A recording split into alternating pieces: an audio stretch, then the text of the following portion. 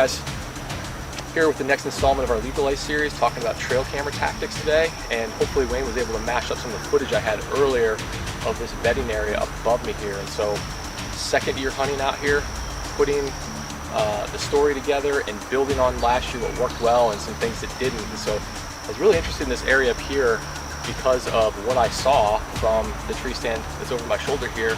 Hopefully you guys got to see my buck kill from Maryland last year. If you didn't, go back to the page and check that out. But that buck was shot right over here, and that buck and a really nice big wide 8-point that I've been watching earlier in the season last year, they both filtered down from this bedding area above me, and there's a big ag up on the top, and they were coming back to bed, and there's a little draw behind me, and they just kind of use that to sort of traverse up and down here. It's really comfy for them, lots of fresh sign here. So this stand was good. I mean, I can't think of a sit last year where I didn't see something out of it, but I knew there's more going on up here. And so I wanted to get up closer. I got some additional Spartan cellular cameras that you guys know we're partnered up with them again this year, and was just working my way through there and set it up on that sign there where I'm going to be hanging the tree stand after we get a week or two worth of pictures. But I want to talk about a couple things.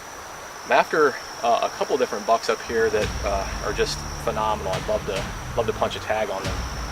And last year, I'm really confident that I spooked this buck in late October because of a mistake I made with a trail camera.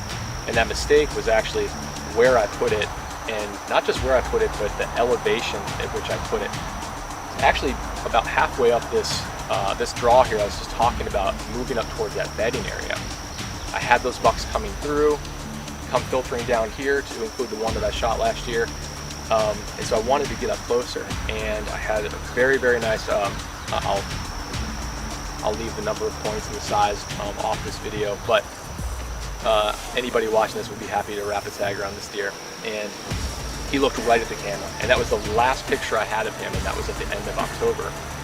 And so it's just, the reality is, big bucks like that, they've been around, they see things, they know what they like and what they don't like. So from that point forward, I stopped putting trail cameras down, waist high, even chest high. I'm putting them above my head, 6-7 feet, and tipping them down to keep them out of this eyesight of those mature bucks.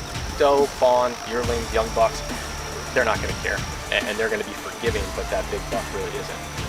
And so over here, I just hung up another GoCam, cellular GoCam from Spartan.